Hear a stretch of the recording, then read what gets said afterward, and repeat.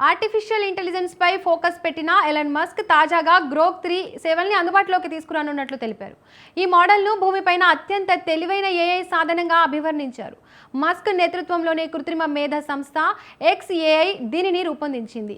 ఈ AI model text to video వంటి అధునాతన ఫీచర్లను కలిగి ఉంటుందని టెక్ వర్గాలు పేర్కొంటున్నాయి. ఒకవేళ ఈ ఫీచర్లతో వస్తే ఓపెన్ ఏఐ తీసుకువచ్చిన GPT-4 గూగుల్ జెమినీ వంటి మోడళ్లకు ప్రధాన పోటీదారుగా నిలవనుంది. ఇక దీనిపై మరింత విశ్లేషణ రామ్మోహన్ గారు అందిస్తారు. దీపక్ గారు, ఇవాళ భౌతిక యుద్ధాలు జరుగుతున్న కాలం మనం చూస్తున్నాం. 4 దేశాల మధ్య 2 యుద్ధాలు జరుగుతున్నాయి. ఆర్థిక యుద్ధాలు చూస్తున్నాం కదా. ఇప్పుడు రష్యా ఉక్రెయిన్ యుద్ధం జరుగుతున్నది. అట్లాగే మనకు ఇజ్రాయెల్ హమాస్ పాలస్తీనా యుద్ధం జరుగుతున్నది. అవి భౌతిక యుద్ధాలు. ఆర్థిక యుద్ధాల్లో ఒకరి మీద సుంకాలు వేసుకుంటున్నారు. చైనా ఉత్పత్తుల మీద అమెరికా ఉత్పత్తుల మీద చైనా, భారతదేశ ఉత్పత్తుల మీద అమెరికా ఉత్పత్తులు మనం వేస్తున్నాం. ఇది ఆర్థిక యుద్ధం అంటాం.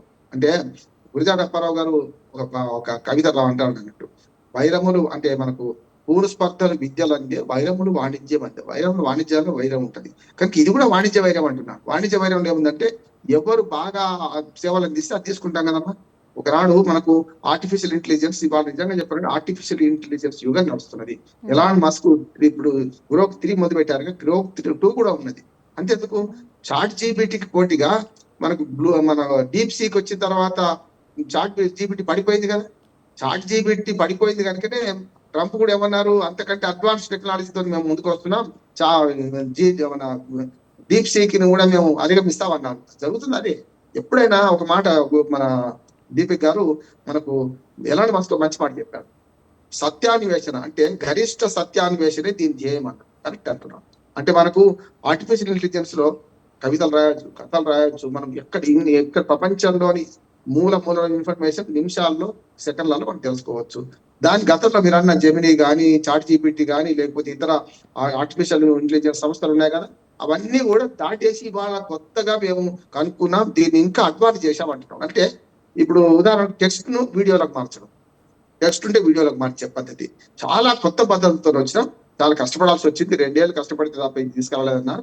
ఇది ఖచ్చితంగా ఈ పోటీలో ఏది మంచిగా ఉంటే ఏది గెలుస్తుందో అది దాన్నే మనం స్వీకరిస్తాం. నేను ఇప్పుడు చెప్తున్నాను, ఏదైతే మనకు పనికి వస్తుందో దాన్ని తీసుకుంటాం, పనికిరాని విడిచిపెడతాం.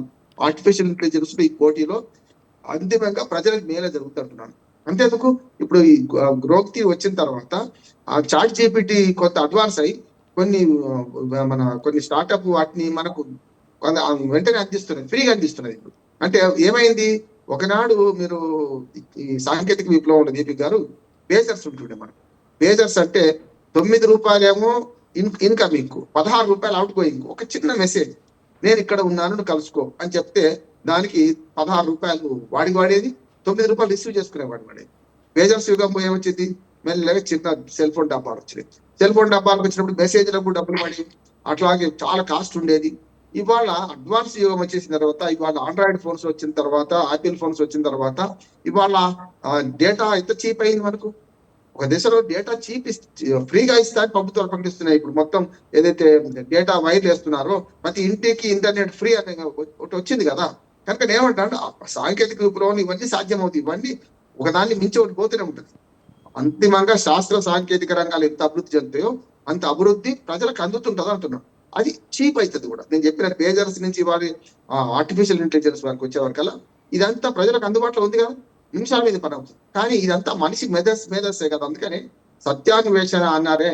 నిన్నగాక మొన్న ప్రపంచ సత్యాన్వేషణ దినోత్సవం జరుపుకున్నాం. బ్రూనోను ఈ మన సూర్యుడు కేంద్ర సిద్ధాంతాన్ని ప్రతిపాదించిన కోపర్నికస్ ను సమర్థించిన ఆయనను అధ్వాన్నంగా ఆయనను ఒక రకంగా దుర్మార్గంగా కాల్చి చంపారు. సత్యాన్వేషణ దినోత్సవం తర్వాత 2 రోజులకే ఇవాళ మనకు అమెరికాలో ఇవాళ పొద్దున 9:30కి విడుదల చేశారు. దీని మంచి పరిణామాలు వస్తాయని నేను అంటున్నాను. దీని ద్వారా పోటీ పెరిగితే మనకు కూడా లాభపడుతుంది కదా. ఇద్దరు వ్యాపారాల మధ్య పోటీ ఉంటే అంతిమంగా లాభపడేది ప్రజలే కదా. అందుకనే గ్రోక్ 3ని ఆహ్వానిస్తున్నాను. ఇందులో ఇంతకంటే అడ్వాన్స్ కావాల్సిన అవసరం మిగతా సంస్థలు కూడా వచ్చినాయి. ఆటోమేటిక్ గా పాత కంప్యూటర్లు పోయినాయి, ఇవాళ కొత్తవి వచ్చినాయి అనుకోండి, అంతకంటే అడ్వాన్స్ అయినా లేవా. ఒకనాడు 4 GB 8 GB 16 GB నుంచి పొందుపెట్టి ఇవాళ 500 GB సామర్థ్యం గల సెల్ ఫోన్లు వచ్చినాయి మనకు. అందుకని అభివృద్ధి సాంకేతిక అభివృద్ధి శాశ్వతం, ఎప్పుడు శాశ్వతంగా నడుస్తూనే ఉంటుంది, కంటిన్యూటీ నడుస్తుంటది. ఈ అభివృద్ధిలో గ్రోత్ ని అభినందించాలి మనం. ఆ పోటీ ప్రపంచంలో అంతిమంగా లాభపడేది మన కన్జ్యూమర్స్, మనమే లాభపడతాం అనుకుంటాం. కానీ ఇందులో మానవీయ దృక్పథం లోపించొద్దు. ఈ ఆర్టిఫిషియల్ ఇంటెలిజెన్స్ తోని అనవసరంగా కొత్త వివాదాలు సృష్టించొద్దు. కొత్తగా ప్రజలకు నష్టమయ్యే విషయాలు చేయించొద్దు. చూస్తున్నాం కదా మార్పింగ్, గతంలో చిన్న చిన్న ఫోటోలే మార్పింగ్ వచ్చేవి. ఇవాళ ఈ ఆర్టిఫిషియల్ ఇంటెలిజెన్స్ వచ్చినాక మనం మాట్లాడని మాటలను కూడా, ఇప్పుడు నేను మాట్లాడుతున్నాను, నేను మాట్లాడిన మాటలు పక్కన పెట్టి నా వీడియోని తీసుకొని నేను దుర్మార్గంగా ఏమైనా తిట్టినట్టు కూడా వీడియో పెట్టవచ్చు రేపు పొద్దున ఆర్టిఫిషియల్ ఇంటెలిజెన్స్. ఇది వద్దు. అంటే క్లోనింగ్ ఎంత మంచిదో, క్లోనింగ్ ద్వారా మానవ విలువలు ఎట్టపోతే మన మానవుడు కాదు, ఎట్లా అన్నామో మనిషిని పోలే మనిషి, గొర్రెని పోలే గొర్రెని సృష్టించవచ్చు. అంటే ఇది కూడా అంటే ఎప్పుడు ఇన్స్ట్రుమెంట్, అంటే ఇప్పుడు ఇది ఒక ఇన్స్ట్రుమెంట్. దీన్ని దుర్వినియోగం చేస్తే దుర్వినియోగం వస్తుంది, సద్వినియోగం చేస్తే సద్వినియోగం వస్తుంది. ఒక మాట చెప్పి ముగిస్తారు. కత్తి ఉంది అనుకోండి, కత్తితో కూరగాయలు పోయొచ్చు, మిడకాయలు పోయొచ్చు. తప్పు కత్తి పోసేవాడి తప్పు. అట్లాగే కంప్యూటర్ వస్తే ఉద్యోగాలు పోతాయి అన్నారు చాలా రోజులు. కంప్యూటర్ వచ్చిన ఉద్యోగాలు పోయినాయా? సంధికాలంలో పోయినాయి. కానీ తర్వాత ఏమైంది, వాళ్ళు కంప్యూటర్ యుగం వస్తే మొత్తం ఇవి వచ్చింది. ఆర్టిఫిషియల్ ఇంటెలిజెన్స్ వల్ల కూడా ఉద్యోగాలు పోతాయి అని మాట అంటుంటే, నిన్నగా మొన్న మోడీ గారు ఫ్రాన్స్ వెళ్ళారు. ఫ్రాన్స్ లో దాని సమ్మిట్ లో పాల్గొన్నారు.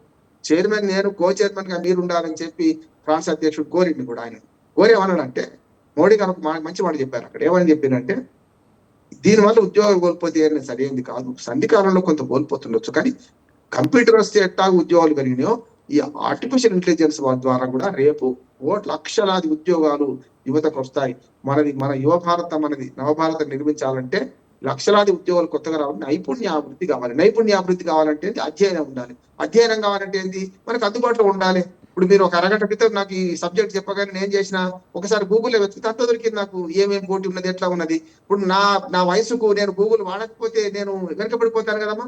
ఇప్పుడు మనం ఈ టాపిక్ పెట్టుకున్నప్పుడు ఖచ్చితంగా ప్రజలకు అందుబాటులో ఉన్న ఏ టెక్నాలజీ అని మంచిదే. టెక్నాలజీతో మంచి ఉంటుంది, చెడ్డ ఉంటుంది. చెప్పాను కదా, కత్తితో కూరగాయలు పోవచ్చు, మిడకాయలు పోవచ్చు. చేస్తున్న పని ఏమిటి అంటే, ఈ టెక్నాలజీని వాడుకుందాం. అత్యంత అద్భుతంగా రేపు ప్రజలకు పనికొచ్చే టెక్నాలజీ. దీన్ని మన సకారాత్మకంగా పాజిటివ్ గా వాడతాం, నెగిటివ్ గా వాడుతూ తప్పుడు చేయలేదు దీంతోనే. థ్యాంక్ యూ రామ్మోహన్ గారు.